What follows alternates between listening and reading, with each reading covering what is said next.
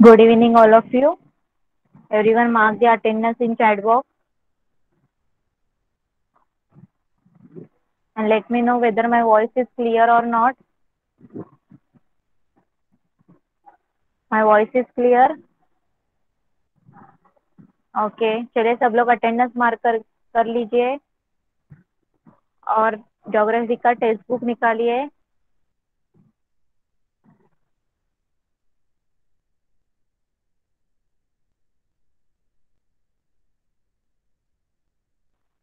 Okay चलिए start करें, हमारा क्लास का टाइम हो चुका है। ओके चलिए, तो कौन सा टॉपिक चल रहा है हमारा? Lesson number 5, right? क्या लेसन का नाम है? विंड्स, बराबर। तो चलिए मैं कुछ क्वेश्चन पूछती हूँ आपको विंड्स के बारे में। विंड्स लेसन में लास्ट टाइम मैंने जो पढ़ाया था उसके बारे में आप लोग मुझे आंसर दीजिए। ओके ओके, मी काही क्वेश्चन्स विचारते, बघूया किती जणांनी घरी स्टडी केलेला आहे, होमवर्क केलेला आहे। ओके चलिए, the first question, define wind. वारा म्हणजे काय? चला कौन सांगेल आंसर? कौन बताएगा मुझे आंसर?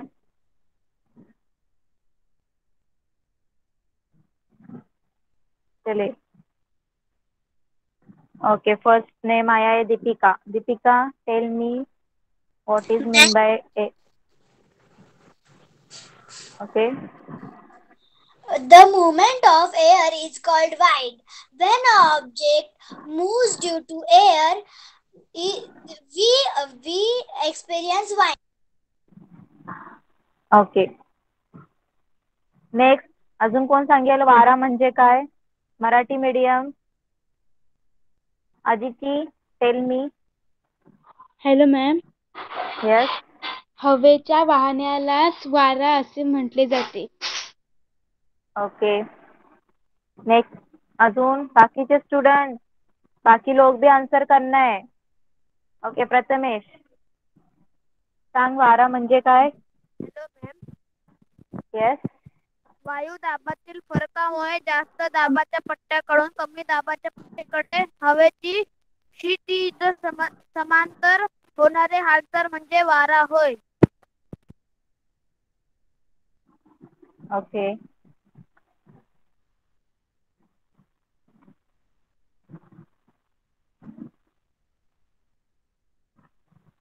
ओके नो प्रॉब्लम अनगा। ओके प्रद्युम्न, आप बताइए। हवेच्या हालचालीला आपण वारा म्हणतो. वाऱ्याला आपण पाहू शकत नाही, पण त्याला आपण स्पर्श झाल्याचं आपल्याला ते हे होतं, जाणवतो.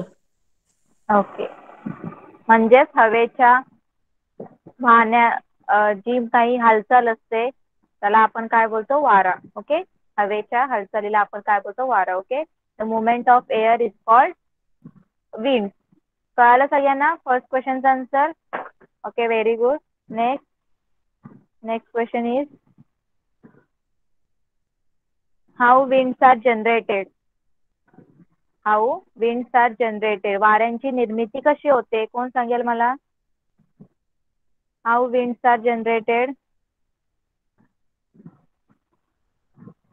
Okay first name is Deepika.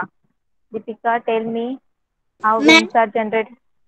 Yes air moves from high pressure area to low pressure area in a horizontal manner. This movement of air is wind generated. due to this movement of air winds are generated. Okay very good। Next और कौन? Okay Aditi. पृथ्वीवर हवेचा दाब एकसमान नसतो. जास्त दाबाच्या पट्ट्याकडून कमी दाबाच्या पट्ट्याकडे हवेची हालचाल क्षितिज समांतर दिशेत होते. या हालचालीमुळे वाऱ्याची निर्मिती होते. Okay very good. Next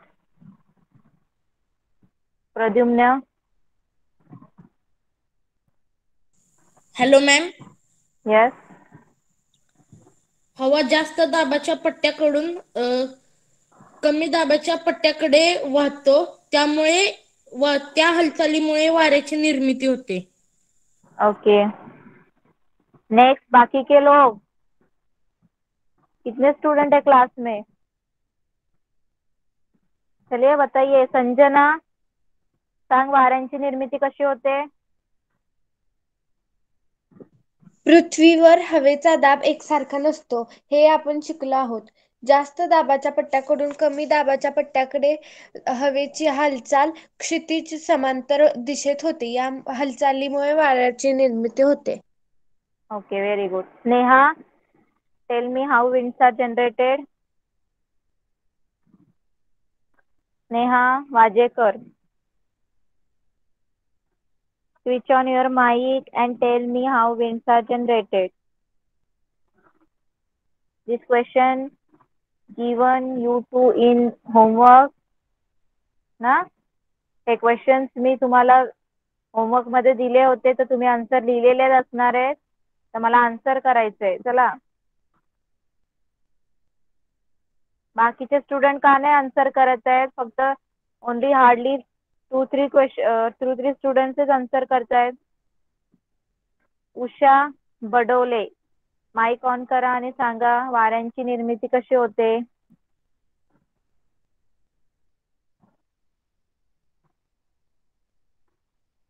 okay, Harsh सांग.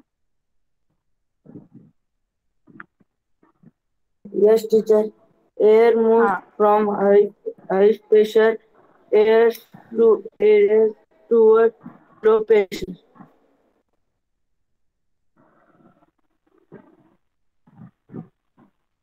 बघा आन्सर कसं लिहिणार तुम्ही? Systematic. First point, air pressure is not uniform across the earth surface. पृथ्वीवर हवेचा दाब हा एकसारखा नसतो. ओके, हे फर्स्ट पॉइंट आहे. Next, second point, air moves from high pressure areas towards the low pressure areas in horizontal manner. जास्त दाबाच्या पट्ट्याकडून कमी दाबाच्या पट्ट्याकडे हवेची हालचाल क्षितिजा समांतर दिशेने होत असते. And due to this movement winds are generated. आणि याच हालचालीमुळे वाऱ्यांची निर्मिती होते. कळालं सगळ्यांना? आन्सर 3 पॉइंट्स मध्ये कसं लिहिलंय? कळालं का सगळ्यांना? असं सिस्टमॅटिक आन्सर लिहायचंय. Okay, next question. Which factor affect on velocity of wind? वाऱ्याच्या वेगावर कोणत्या घटकांचा परिणाम होतो? कोण सांगेल? Which factor affect on wind velocity of wind? Okay, Deepika. Ma'am, yes. the extent of air difference in air pressure affects the velocity of the wind. Okay, very good. Next, अजून कोण सांगेल? वाऱ्याच्या वेगावर कोणत्या घटकांचा परिणाम होतो? आदिती. हवेच्या दाबाच्या फरकातील तीव्रतेचा परिणाम वाऱ्याच्या वेगावर होतो. ओके, संजना तू सांग. वायू दाबातील फरकामुळे जास्त दाबाच्या पट्ट्याकडून कमी दाबाच्या पट्ट्याकडे हवेची क्षितिज समांतर होणारी हालचाल क्वेश्चन काय विचारलंय मी? की वाऱ्याचा वेग वाऱ्याच्या वेगावर कोणत्या घटकांचा परिणाम होतो? वाऱ्याचा वेग किमी प्रति तास किंवा नोट्स या प्रमाणात मी क्वेश्चन काय विचारलंय की कुठल्या घटकांचा परिणाम होतो वाऱ्याच्या वेगामुळे? वाऱ्याच्या वेगावर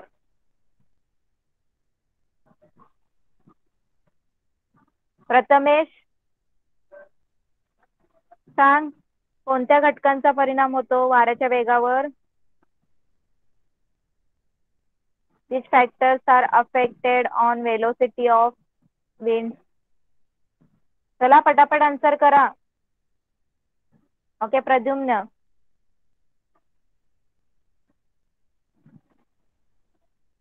प्रद्युम्न. वाऱ्याच्या हॅलो मॅम. येस. हॅलो, सांग. वाऱ्याच्या वाऱ्याच्या वाऱ्याच्या दाबाच्या तीव्रतेवर गतीचा व हिटचा. नो. वाऱ्याच्या गतीवर हवेच्या दाबाच्या फरकातील तीव्रतेचा परिणाम होतो. जो एअर प्रेशर आहे त्याच्यामधला जो डिफरन्स आहे त्याचा इफेक्ट कोणावर होतो? Velocity of wind. कळालं सगळ्यांना? काय सांगितलं होतं मी तुम्हाला? जिथे एअर प्रेशरचा जो डिफरन्स आहे तो कमी असेल तिथेच जे विंड्स आहेत ते हळू वाहतात, आणि जिथे जास्त असेल एअर प्रेशर मधला डिफरन्स तिथेच वारे काय होतात? वेगाने वाहतात. हेच सांगितलं होतं ना. हवेच्या दाबातील फरक जिथे कमी असतो तिथे वारे मंद गतीने वाहतात, आणि ज्याच्या फरक अधिक जास्त असतो तिथे वारे वेगाने वाहतात. कळालं सगळ्यांना आता? कळालं का? कोणाचा कोणावर परिणाम होतो कळाला का? जरा चॅट बॉक्स मध्ये रिप्लाय करा. कन्फ्यूज नका होऊ. जो सेंटेन्स आहे तो नीट वाचा. Okay, next question.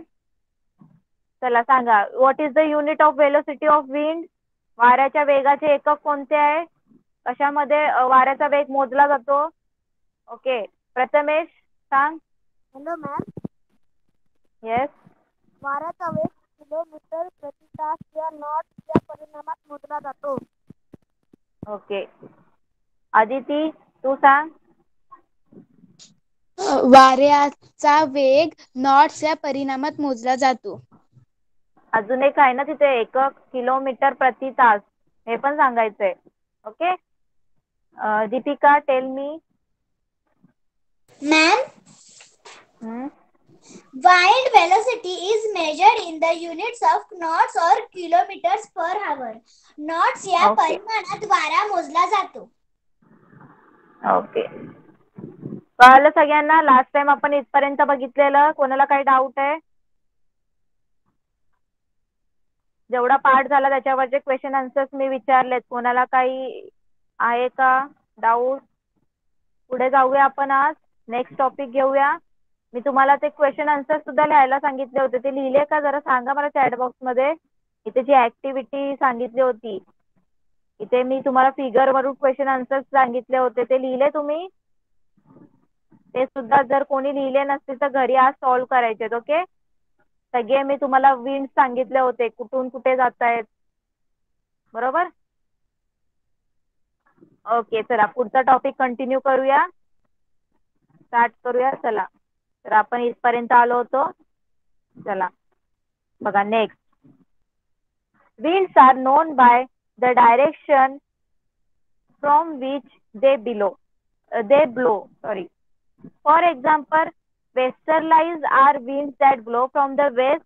The direction of blowing, the duration, the regions covered, and the condition of the air determine the following wind types. बघा काय सांगितलं त्यांनी इथे.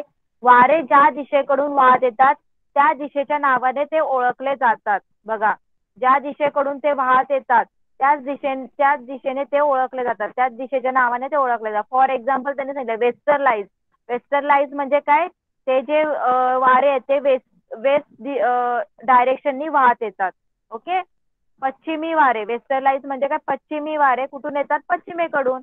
आता जे पश्चिमेकडून येणार त्यांना आपण पश्चिमी वारे बोलणार. बरोबर? कळालं सगळ्यांना? The direction of blowing, the duration, the region cover and the condition of the air determine the following types of wind types. बघा, तर वाऱ्याचे प्रकार कोणामुळे पडतात? वाऱ्याचे टाइप्स कोणामुळे पडतात? बघा, त्यांच्या डायरेक्शन, त्यांच्या वाहण्याच्या दिशामुळे. त्यांच्या ब्लोईंग, डायरेक्शन ऑफ ब्लोईंग म्हणजे त्यांच्या वाहण्याच्या दिशेवरून. त्यांचा कालावधी, ड्युरेशन म्हणजे त्यांचा कालावधी. रिजन कव्हर म्हणजे कुठल्या एरियामध्ये कोणत्या रिजन मध्ये ते काय करतात? ब्लो करतात त्याच्यावरून. आणि त्यांचं जे कंडिशन ऑफ एअर म्हणजे त्यांच्या हवेची स्थिती, याच्यावरून काय होतात? विंडचे टाईप पडतात. ओके, कळालं सगळ्यांना? एवढा पार्ट तुम्हाला क्वेश्चन विचारतील. ओके, की जे वाऱ्याचे प्रकार कोणत्या घटकांवरून पडतात.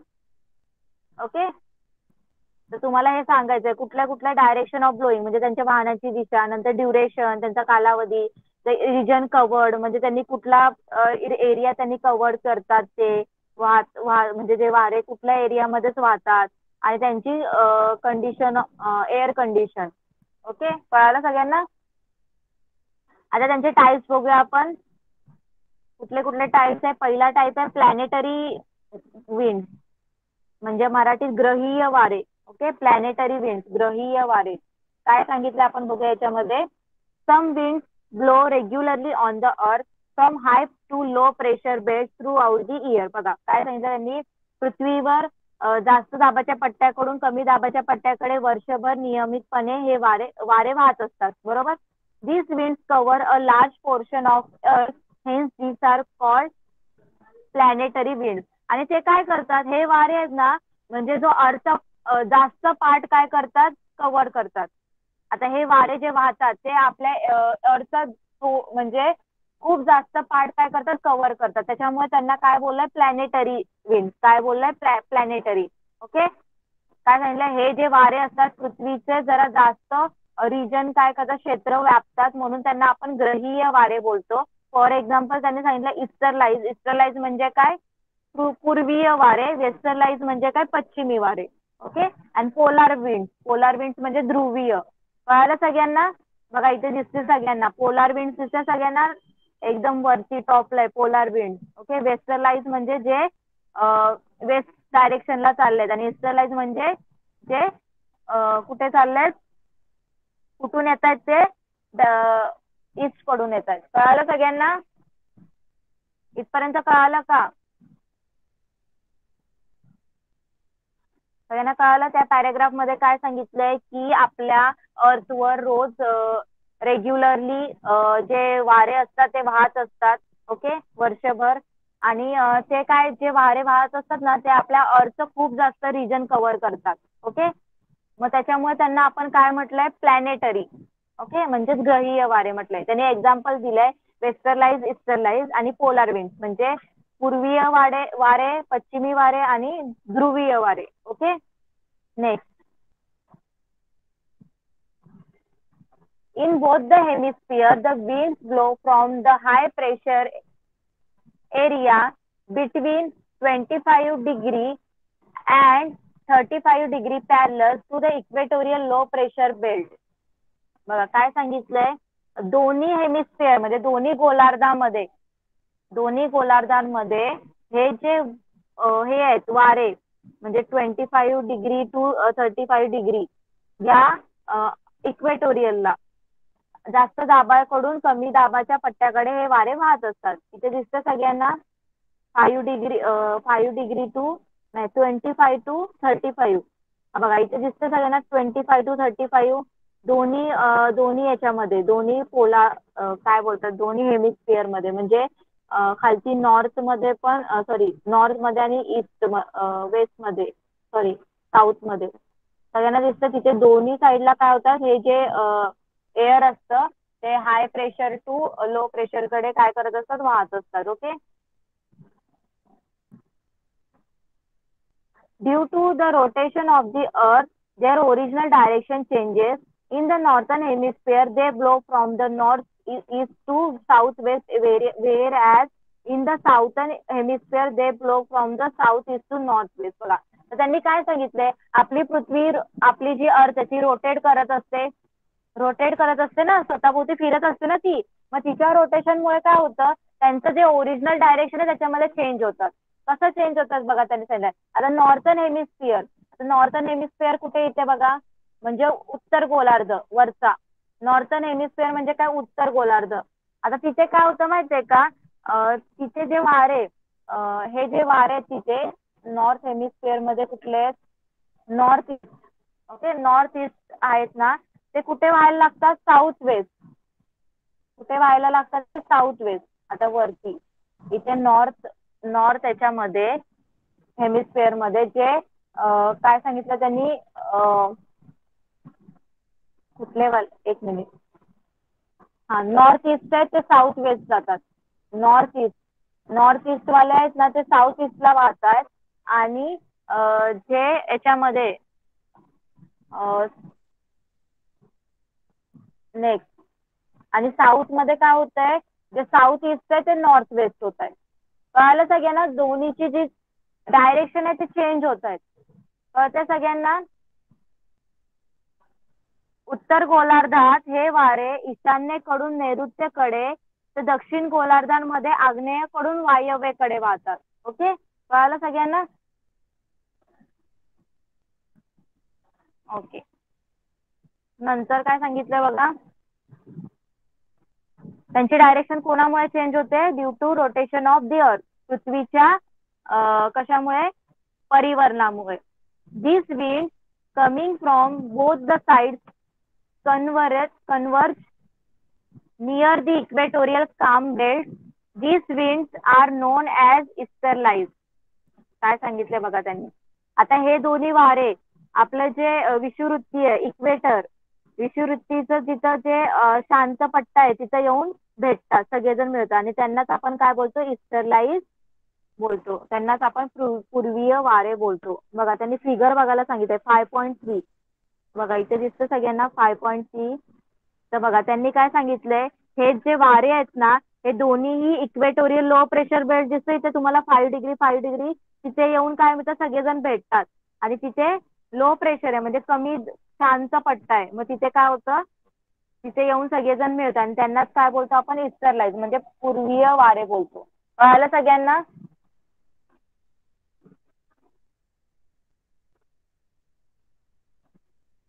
In both the hemisphere, winds blow from mid-latitudinal high pressure belt to subpolar low pressure belt situated near 60 degree parallel.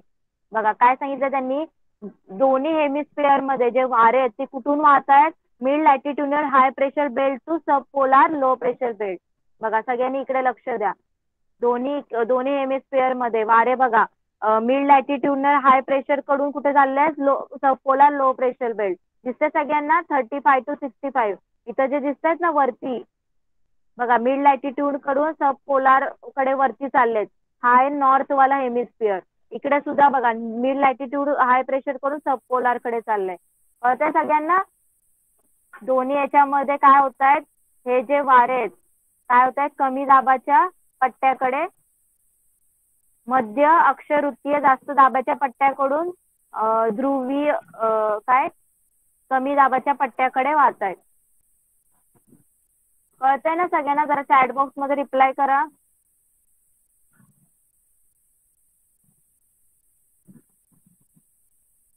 Okay, त्याच्यानंतर बघा काय सांगितलं त्यांनी, डायग्राम बघून बघा सगळ्यांनी डायग्राम बघा आणि मग कळेल तुम्हाला. Their original direction changes due to rotation of the earth. In the southern hemisphere, these winds blow from the northwest to southeast, and in northern hemisphere they blow from the southwest to the northeast, and these winds are called westerlies. बघा आता इथे सुद्धा काय होतंय, त्यांनी काय सांगितलंय, त्यांची जी डायरेक्शन आहे ओरिजिनल कशामुळे चेंज होते? आपल्या अर्थच्या रोटेशनमुळे. बरोबर. त्यांनी सांगितले साऊथर्न हेमिस्फिअर म्हणजे जो साऊथर्न खालचा वाला पार्ट आहे तिथे जे नॉर्थ वेस्ट आहेत, जे विंड ब्लो करतायत नॉर्थ वेस्ट कडे, नॉर्थ वेस्ट टू कुठे जात आहेत ते साऊथ ईस्टला, आणि नॉर्थन मध्ये काय होते साऊथ वेस्ट टू कुठे चालले ते नॉर्थ ईस्टला. कळतं ना सगळ्यांना? सगळ्यांना डायरेक्शन माहिती आहे ना? लास्ट टाइम मी सांगितलेत नॉर्थ वेस्ट कुठे आणि साऊथ ईस्ट कुठे. नॉर्थ कुठून जात आहे ते north west to south east, आणि नॉर्थ मध्ये कुठे जात आहे south west to north east. Okay.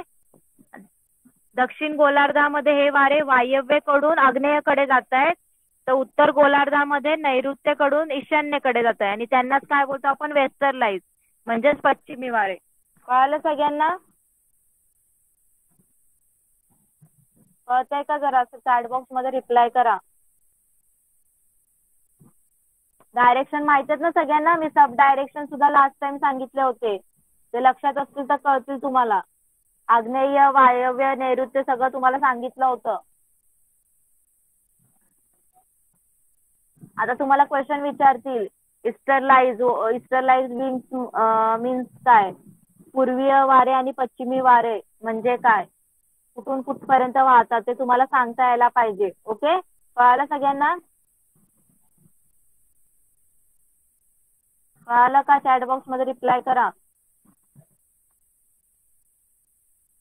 Next, in both the hemisphere, winds blowing from the polar high pressure to belt to subpolar low pressure belt are called polar wind. Generally they blow from east to west. बघा आता काय सांगितलं त्यांनी, दोन्ही hemisphere मध्ये जे वारे आहेत ते हाय फ्रॉम पोलार हाय प्रेशर म्हणजे पोलार हाय प्रेशर कडून सब पोलार लो प्रेशर बेल्ट कडे वाहत आहेत आणि त्यांनाच काय बोलतात? Polar wind.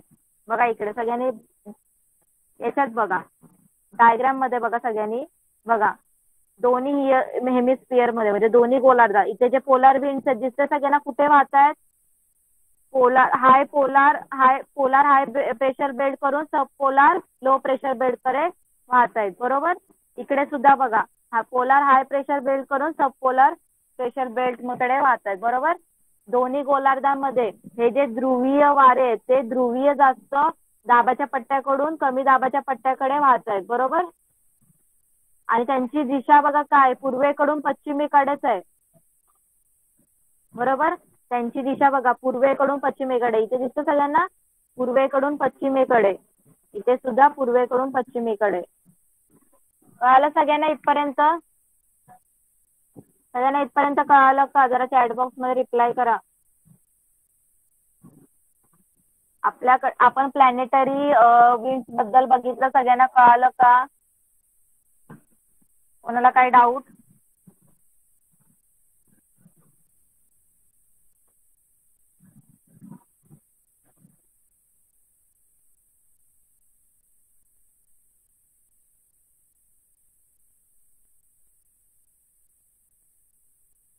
ओके, चला नेक्स्ट बघूया. नेक्स्ट टॉपिक बघा काय आहे.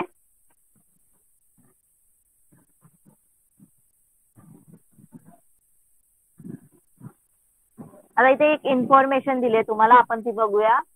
डू यू नो, तुम्हाला माहित आहे का? winds in the southern hemisphere blow with the great velocities. The southern hemisphere is mostly occupied by the oceans. In this hemisphere, the obstacles caused by the relief of the land surface is almost absent.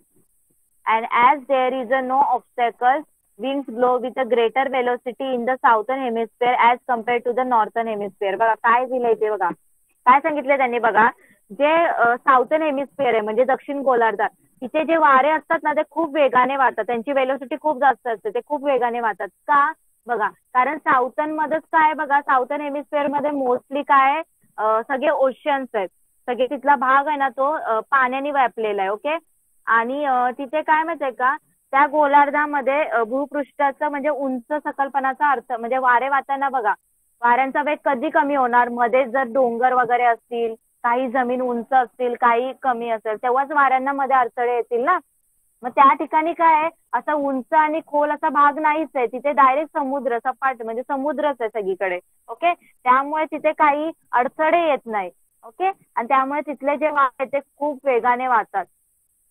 Okay, winds blow with greater velocity in the southern hemisphere as compared to the northern. मग northern पेक्षा Southern मध्ये जे हे आहेत वारे ते खूप वेगाने वाहतात.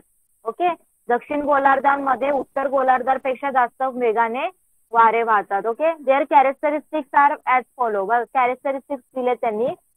Beyond 40 degree S, 40 degree S म्हणजे काय south, winds blow with tremendous velocity. These winds are called roaring 40s. बघा त्यांनी प्रत्येक विंडची नावं दिलेत. बघा आता 40च्या पलीकडे बियॉन्ड म्हणजे काय, 40 एस म्हणजे 40 दक्षिणच्या 40 डिग्री दक्षिणच्या पलीकडे हे जे वारे असतात ते खूप जास्त वेगाने वाहतात. आणि त्या वाऱ्यांना काय बोलतात ना, ते गरजणारे 40, मराठीत बोलतात गरजणारे 40, रोरिंग फोर्स असं बोलतात. बियॉन्ड म्हणजे पलीकडे.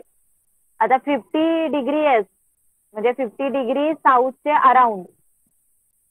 ओके, यांच्या भागात जे असतात ते काय बोलतात, त्यांना स्टॉर्मी, त्यांना वादळे बोलतात. हे जे वादळे त्यांना काय बोलतात, हे वादळे वेगाने वाहतात त्यांना काय बोलतात, फ्युरियस 50s. काय बोलतात, फ्युरियस 50s. मराठीत बोलतात त्याला खवळलेले 50. ओके. स्टॉर्मी म्हणजे काय, ते वादळांसारखे असतात ना. वादळ कसं येतं, एकदम एकदम जोरदार येतं ना, खवळलेलं, म्हणून त्यांना फ्युरियस 50s म्हणजे खवळणारे वारे बोलतात. ओके. नंतर the stormy winds around 60s make a tremendous noise and hence they are called screeching 60s. बघा आता 60 डिग्रीच्या इथे साऊथ मध्ये, 60 डिग्रीच्या साऊथ म्हणजे 60 डिग्री दक्षिणच्या आजूबाजूला जे असतात वारे, ते खूप जास्त म्हणजे ते पण वादळच असतं, पण त्यांचा आवाज खूप जास्त असतो. मग त्यांना काय बोलतो, स्क्रीचिंग 60s. म्हणजेच काय, किंचाळणारे 60. ओके. आवाज येतो ना त्यांचा, म्हणून ते किंचाळणारे त्यांना बोललं. Okay. Y R such a winds not found in the northern hemisphere at 40 degree 50 degree and 60 degree parallel? कोण सांगेल मला याचा आन्सर? जे नॉर्थन हेमिस्फिअर आहे म्हणजे उत्तर गोलार्ध वरती 40, 50 आणि 60 मध्ये का नाही आपल्याला हे जे वारे आहेत ते जास्त वेगाने आढळत? तिथे का नाही ज्यांचं वेलोसिटी जास्त असेल? कोण सांगेल मला? Okay Deepika. Ma'am yes. Ma'am northern hemisphere मध्ये खूप सारे हिल्स, पर्वत वगैरे असतात, म्हणून तिकडे वारे हळूहळू वाहतात, म्हणून तिकडे roaring 40s, furious 50s, screeching 60s हे आपल्याला जाणवत नाही. Yes, very good. Okay. Northern म्हणजे वरच्या पार्ट मध्ये काय, सगळीकडे काय आहे, सगळे हिल्स वगैरे उंचावर आहे, आणि तिथे आहे ना वाऱ्यांमध्ये हे सगळे हिल्स मुळे वारे काय होतात, थोडस त्यांची वेलोसिटी कमी होते, त्यांच्यामध्ये ऑब्स्टॅकल्स येतात, अडथळे येतात. बरोबर, कळतं ना सगळ्यांना? त्याच्यामुळे तिथे हे जे हे आहेत काय बोलतात, हे जे वारे आहेत फ्युरियस 50, स्क्रीचिंग 60s हे तिथे आढळून येत नाही. कळालं सगळ्यांना? तर बघा किती मस्त इन्फॉर्मेशन होती. सगळ्यांना कळाली का? जरा चॅटबॉक्स मध्ये रिप्लाय करा. मस्त इन्फॉर्मेशन दिलेली. ओके. तुम्ही लक्षात ठेवू शकता, तुम्हाला जनरल नॉलेज मध्ये विचारू शकता, तुमचे काय जे कॉम्पिटेटिव्ह एक्झाम्स आहेत त्याच्यात सुद्धा तुम्हाला एक क्वेश्चन विचारू शकतात. ओके. कळालं सगळ्यांना? कोणाला काही डाऊट आहे?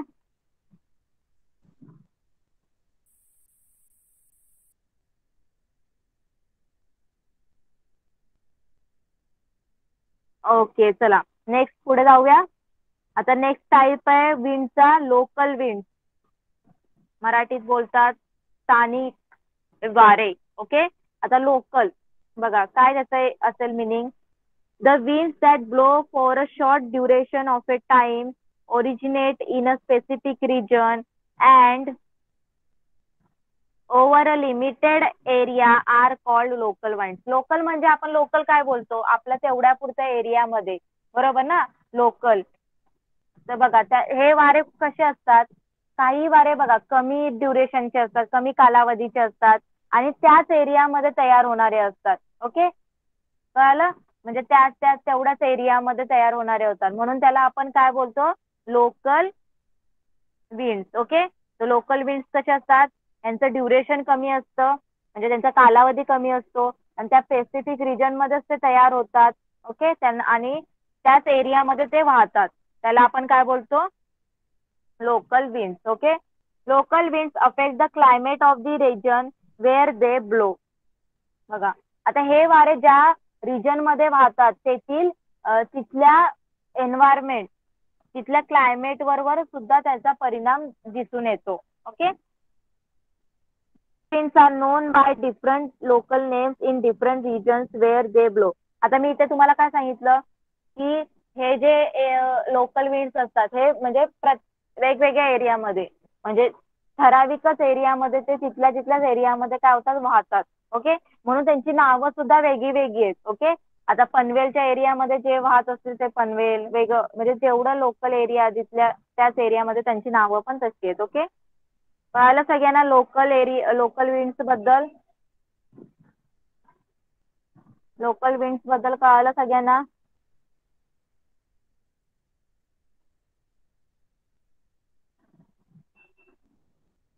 ओके. नेक्स्ट जाऊया आपण पुढे.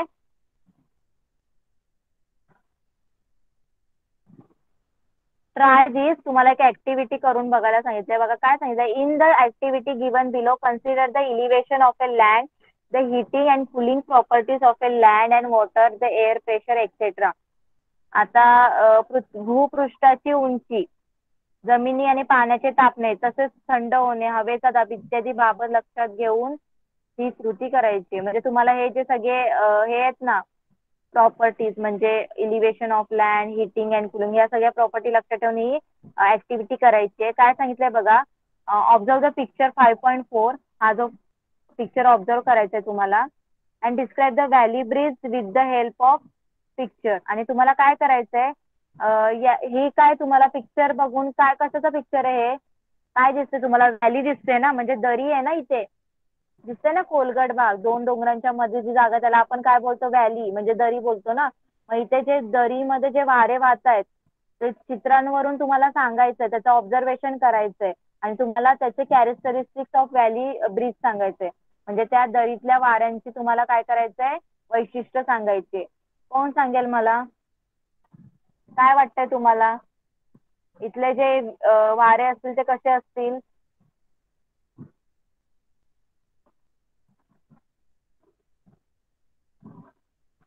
स्क्रीन सगळ्यांना विजिबल आहे? जरा चॅट बॉक्स मध्ये रिप्लाय करा.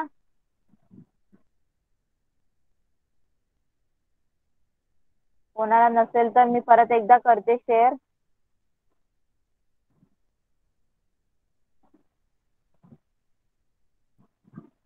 ओके, परत एकदा शेअर केले, विजिबल. ओके, बघा, तर आपल्याला कॅरेक्टरिस्टिक्स सांगायचे आहेत या व्हॅली मधल्या ब्रिजचे, या दरी मधल्या वाऱ्यांची. चला मीच सांगते तुम्हाला एक एक.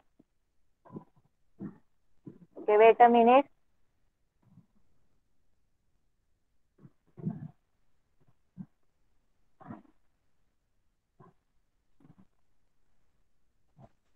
ओके, बघा, तर फर्स्ट कॅरेक्टरिस्टिक्स बघा सगळ्यांनी काय सांगितलं इथे, mountains get heated quickly at a day time. बघा काय सांगितलंय, mountains get heated quickly at a day time.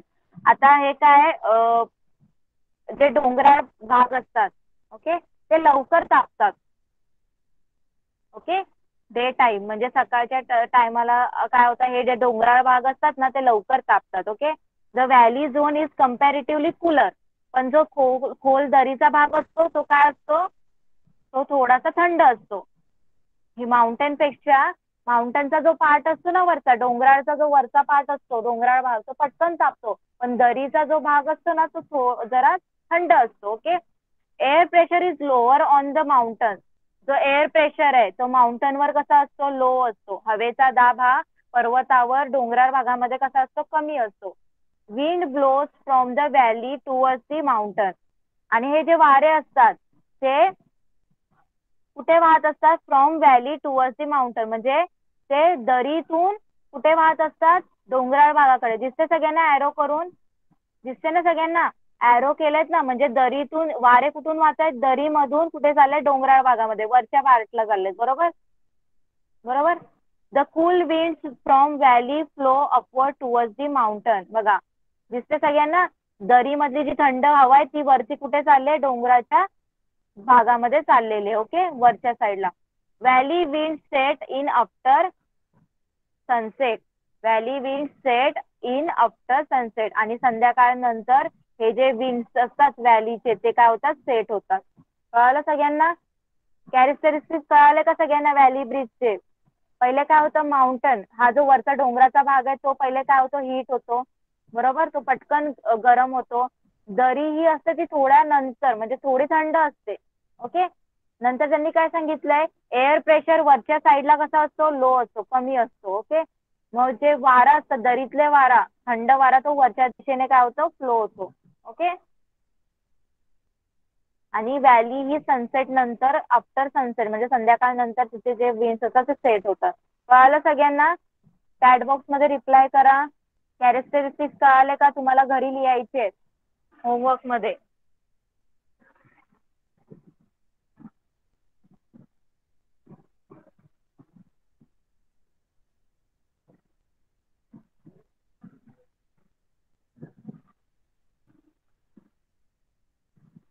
कळलं सगळ्यांना?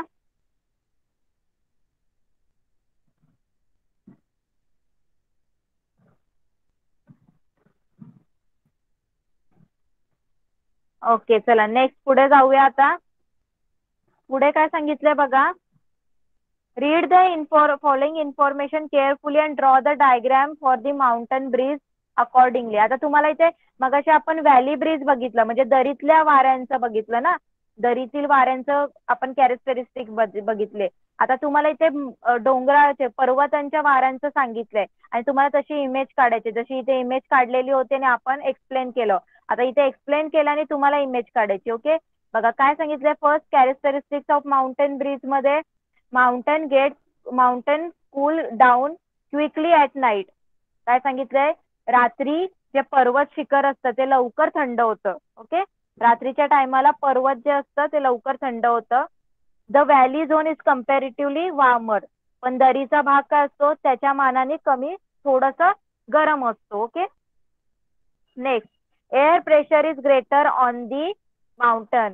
आता एअर प्रेशर हा माउंटन वर कसा असतो ग्रेटर असतो. Okay winds blow from the mountain towards the valley. आणि जे विंड्स असतात ते कसे वाहतात पर्वताकडून दरीकडे वाहत असतात. ओके वारे जे असतात ते पर्वताकडून दरीकडे वाहत असतात. The hot and light air from the valley is push upward and the cool air rashes down into the valley. काय सांगितलं बघा. दरीतील उष्ण आणि हलकी हवा वर ढकलली जाते आणि त्यामुळे थंड हवा दरीकडे वेगाने खाली येते. आणि mountain wind set in after sunset. आणि पर्वतीय वारे हे जे कधी वाहतात संध्याकाळ सूर्यास्त नंतर वाहतात. कळलं सगळ्यांना. त्याची डायग्राम कशी येईल कोण सांगेल मला. एरो कसे येतील. आता एरो कसे येतील टुवर्ड्स दी माउंटेन येतील की टुवर्ड्स दी व्हॅली येणार.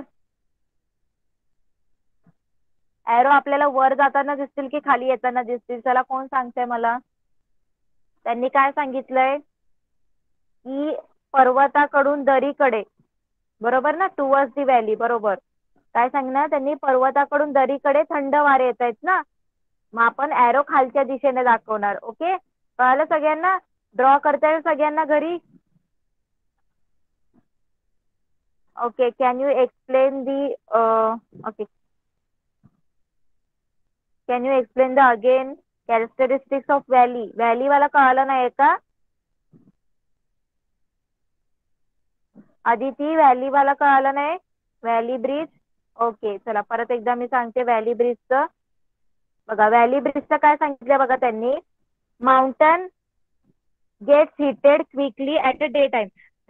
सकाळच्या टायमाला काय असतं हे जे डोंगराच्या वरची भाग असते ना ती पटकन गरम होते. ओके नंतर valley zone is comparatively cooler. पण त्यांच्या मानाने म्हणजे वरच्या डोंगराच्या जी वरची भागाच्या मानाने ही जो दरीचा भाग असतो ना तो थोडा कमी म्हणजे थंड असतो. ओके तो लवकर तापत नाही दरीचा भाग. तो थोडा कमी उशिरा तापतो पण थोडं म्हणजे थंड असतो असं त्यांनी सांगितले.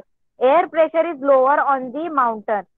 त्या टायमाला काय असतं जो एअर प्रेशर असतो ना वरच्या साईडला कसा असतो माउंटनच्या साईडला खूप जास्त असतो. Okay the winds blow from the valley towards the mountain.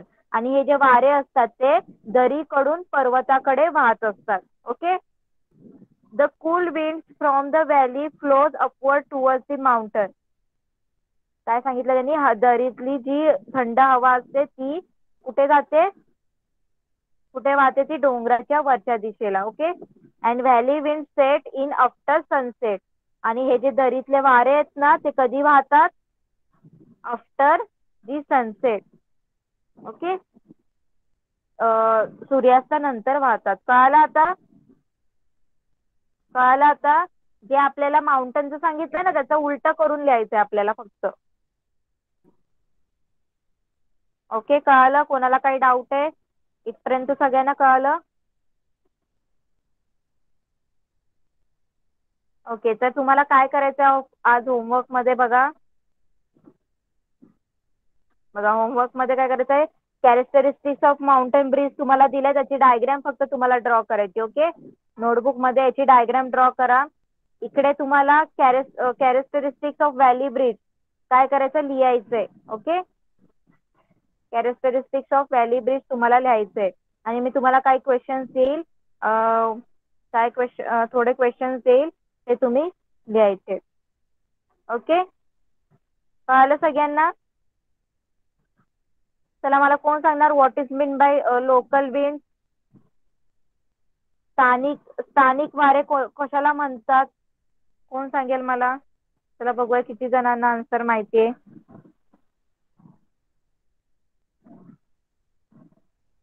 First name Deepika. Okay, Deepika सांग. Ma'am, yes. the winds that blow for a short duration of time originate in specific regions and blow over a limited area are called local winds. काही वारे कमी कालावधीत व विशिष्ट प्रदेशात निर्माण होतात आणि तुलनेने मर्यादित क्षेत्रात वाहतात. हे स्थानिक वारे असतात.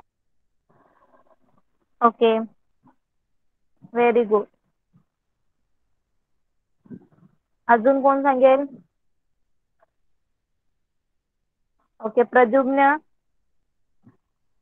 Hello ma'am. काही Yes. वारे कमी कालावधीत व विशिष्ट प्रदेशात निर्माण होतात आणि तुलनेने मर्यादित क्षेत्रात वाहतात. हे स्थानिक वारे असतात. ओके, आणि प्लॅनेटरी बद्दल कोण सांगेल? ग्रहीय वारे म्हणजे काय? What is mean by planetary वारे, प्लॅनेटरी विंड? ओके, संजना सांग मला ग्रहीय वाऱ्यांबद्दल. जे वारे जास्त दाबाच्या प्रदेशाकडून कमी दाबाच्या पट्ट्याकडे वर्षभर नियमितपणे वाहत व पृथ्वीचे संपूर्ण क्षेत्र व्यापतात त्या वाऱ्यांना ग्रहीय वारे असे म्हणतात. Okay, very good. Next English मध्ये कोण सांगेल मला? Okay, mica.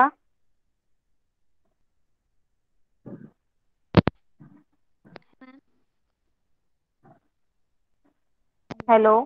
जास्त दाबाच्या प्रदेशाकडून कमी दाबाच्या पट्ट्याकडे वर्षभर नियमितपणे वाहतात व पृथ्वीचे संपूर्ण क्षेत्र व्यापतात त्याला ग्रहीय वारे म्हणतात.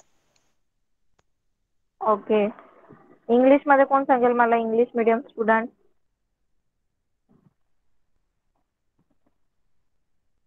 Okay, Aditi.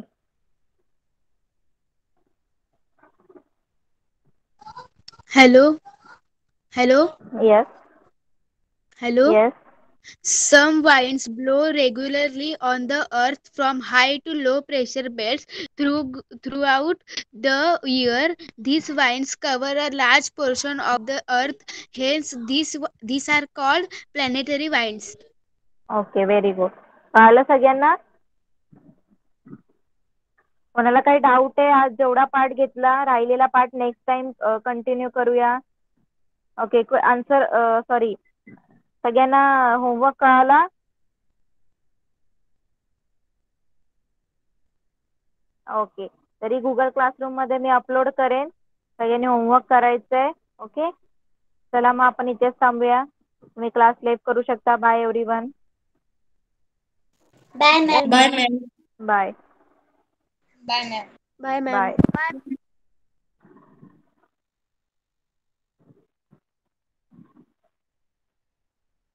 Bye. Class late करा.